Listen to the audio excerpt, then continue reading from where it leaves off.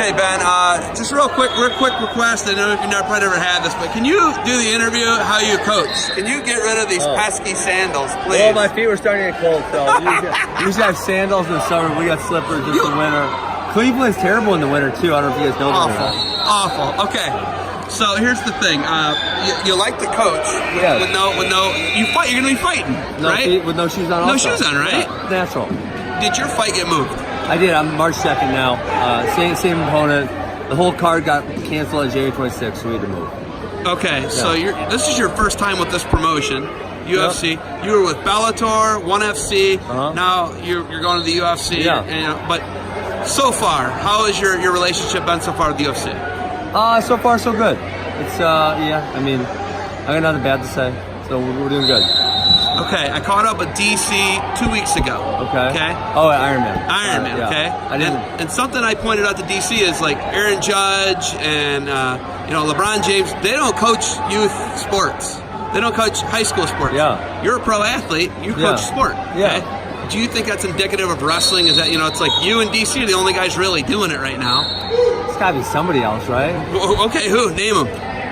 I had to think about that for a while. I think I might have got you. I'm not sure. You know what? I'm sure that obviously travel schedules of professional baseball or football or basketball are going to be significantly more difficult, right? Whereas fighting, we fight 3 or 4 times a year. We have, essentially a bunch of free time to do what we want to do. That being said, I'm sure there's some professionals in other sports that once they retire, they go back into it. I mean, I just had Daniel in for a clinic yesterday before UFC Milwaukee, and one of the things he said, and I know a lot of athletes feel is like, this was my way out. This is what helped make me who I am. And the least I can do is give a little bit back. And I know Daniel said that. I've heard other professional athletes say that. And that's how I feel about it. I love what I do. I know wrestling's made me who I am. And so I'm going to try to instill those same qualities that I learned from the sport into others. Okay, so, it's just Defense Soap Duels, Cleveland, Ohio. There's not a ton glamorous about this event. No. You want your guys to get better, and this is a hammer event, no question about it. When you bring the kids here to Defense Soap Duels in Cleveland, Ohio in December, right before Christmas, what do you want them to get out of it? What do you want to get out of it? This is the first time we put together, one of our parents, Tom Clark, actually helped a lot. He put together essentially the same team. We went last week to a tournament in Michigan. We're going this week, and then we're going to do National Duels in a couple weeks in Louisville. So it's the same team through. So, what it was is we have enough good 6th, 7th, and 8th graders that need to go to that next level. I actually hate the fact I try to talk Guy out of having anything under 70 pounds here. I don't like national level competitions for that age group. I think they're dumb and worthless. And just do away with all those weight classes at any national tournament in that age group. So, what we're keying on are the 6th, 7th, 8th graders, getting them ready to have success. I mean, I think 5 of our guys on our middle school team right now will probably be wrestling at Fargo. And essentially, that 15-year-old, that's for us, that's kind of the start of their journey towards higher level success. And so, those kids who are, we want to get them ready for the Fargos and that kind of stuff. And so 6th and 7th, 8th grade, that's kind of where we start gearing them up a lot. And that's kind of what we're doing here. Okay, so balance in your life, I know it's really difficult. You got a couple kids. How many kids you got now? 3? I have 3. You got 3 kids. Yeah. You finally had a boy, right? And the 3rd one's a boy. Okay, 3rd one's a boy. 3rd time was a charm for you. You got 2 daughters and a son, right? Yeah. And balance is really hard, right? You're a media personality. Always is, right? Well, yeah, no question. But you wrestle people more than anybody else in MMA history. More than Mark Coleman. More than Randleman. And those guys really never evolved into. They had hands. I don't know if you've got even the hands that those guys had. You never know. You never seen them. I don't want to see it right here, right? But you watch your fights. Yeah. And you're slapping guys sometimes. Yeah. You're early on. You had literally no hands. Yeah. No one has ever dominated the wrestling aspect of MMA like Ben Askren. Yeah.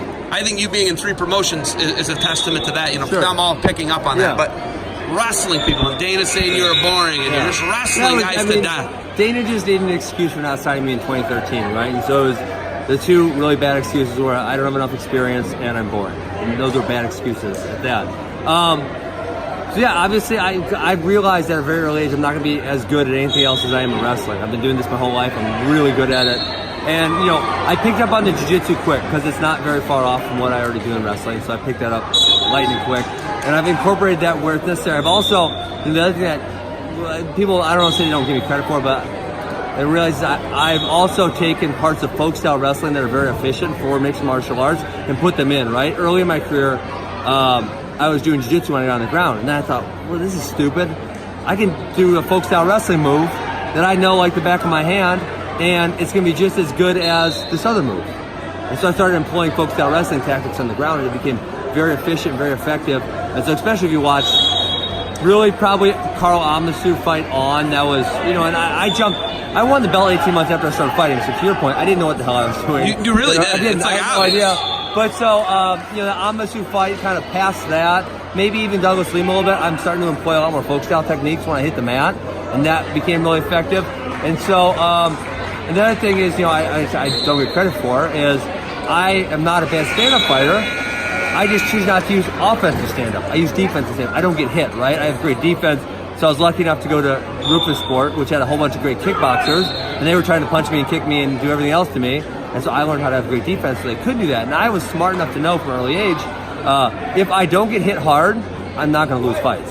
There's no one in the world that's going to control position on me and stop my takedown for 15 minutes straight. It's just impossible. Right? 25. Well, it's 15 25 now, right? Yeah, well, wherever Hopefully, we're at, right? Yeah. Right? That's the goal. Well, I'm at 15 this fight, but sure, yeah, fair enough.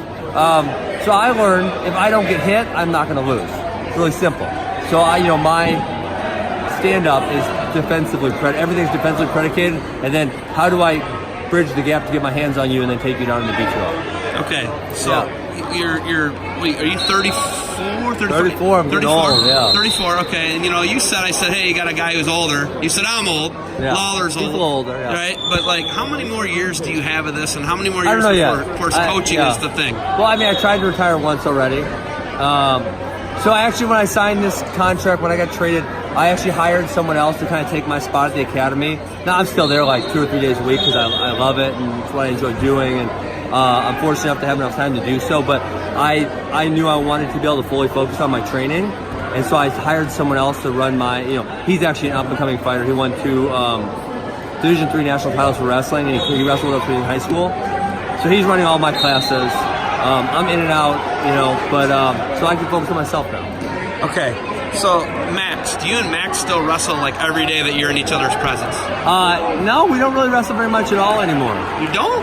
So who do you train wrestling? Who do you train all your wrestling? Well, I go to the Badger RTC now, so I get to wrestle those guys. So you don't wrestle. Well, you grab Hilger? Yeah, I wrestle Hilger every week. Are you serious? Yeah, sure. That gets that. I mean, you that's really got to work. Workout. Well, they don't have another heavyweight. And you got to work. So I volunteered for my So You're I volunteered. insane. Well, it's good. It works out. Heavyweights, you just got to understand how to wrestle them, right? You got to play to your strengths, not to their strengths.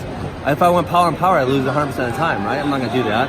I give it to Max. But Max, I think how we both feel about it is neither of us. I wanted to wrestle Midlands. Obviously, it didn't work out. I was sad about that. But how I feel about it is that every time I wrestle, I can try to impart or pass on some of what I do to other people. So I want to do it with our college guys or our good high school guys, so I can pass on those skills, right? So that's part of coaching. I know Max does the same thing. He does a lot of wrestling every week, but it's all with guys that we coach that are in college now or guys that are in high school, so we can pass on that wisdom and that knowledge. Because there is this coaching, right? Obviously, a certain part of it's do this. This is why you do that, explaining it, right? But there is a significant portion of it that is feel, that is timing, that is understanding where you're at in space. And there's my better guys, Jacob Roshka, Peyton Mako, Jarek Pediger, the guys that I wrestle with on a regular basis. There's stuff that I don't tell them to do. I just start doing it. They're smart. They start doing it, right? It's like imitation. They figure out, oh, he's doing this to me. Man, that's a pretty good move. Maybe I'll do that. So, yeah, I think when Max and I wrestle, it's almost exclusively with a lot of our younger guys. Okay, like Chael Sonnen, I think you're made for the internet era. I think that you're made for... No, I'm serious. Sure, okay. I think that, I don't know if you're Green Toe Palacio. He's really made for it, right? Yeah. But you're, obviously you can do podcasts and you can do media the rest of your life. Yeah. And commentary and whatever you want to. Is that something we're going to see more out of you when you retire and just coach? I love coaching a lot more. I really enjoy coaching a lot. But, it doesn't take up my whole day. And, the Rudis thing is fantastic. I do 2 podcasts a week with them. I do... Where you tricked me, by the way. I do a Mental Monday. I think we're going to try to get into some other really cool avenues that, where I can get out there and talk about wrestling. And, You know, the biggest thing about me doing that stuff, for me, right? Obviously, I can use it as a job, and that's fantastic. But I think about wrestling uniquely, and I think some of my ideas, if they can spread, like I'll tell you an example, like the 50, 55, 60 that are 8 years old or 7 years old, it's stupid, right?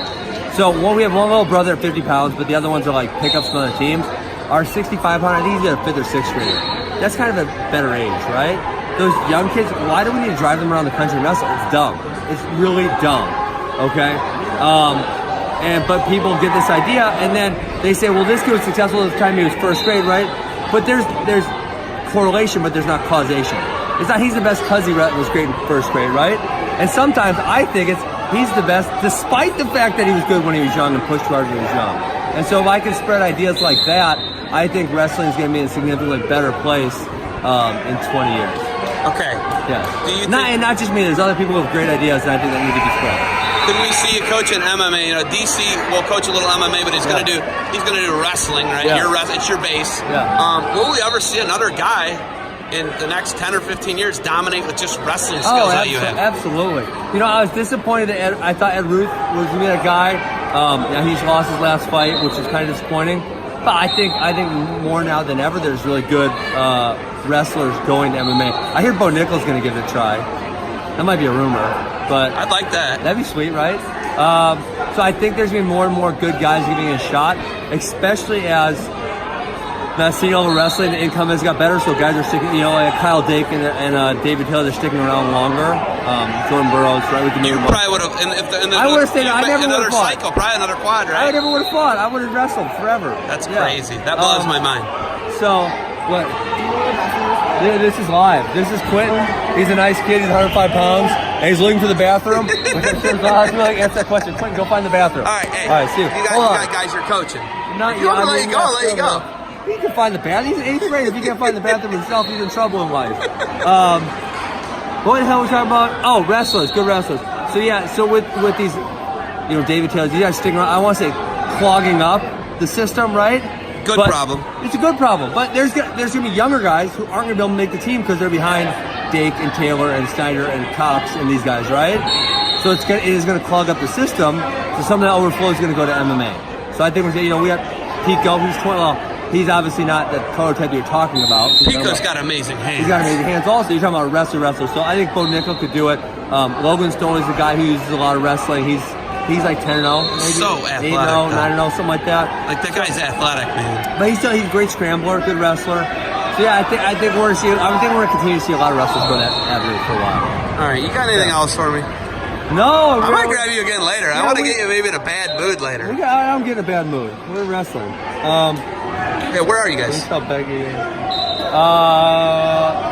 10:22. So they said we'll be headed by 5 o'clock. I find that to be highly unlikely. Okay. Then I'll grab you after That's okay. Anger. We're in for the long haul. And that's it. Driving or flying? I flew here. I'm gonna drive back from my parents. You're a I had to get my workouts in yesterday. So. All right. Hey, thanks for the time. Good luck to you guys. All right. Appreciate it.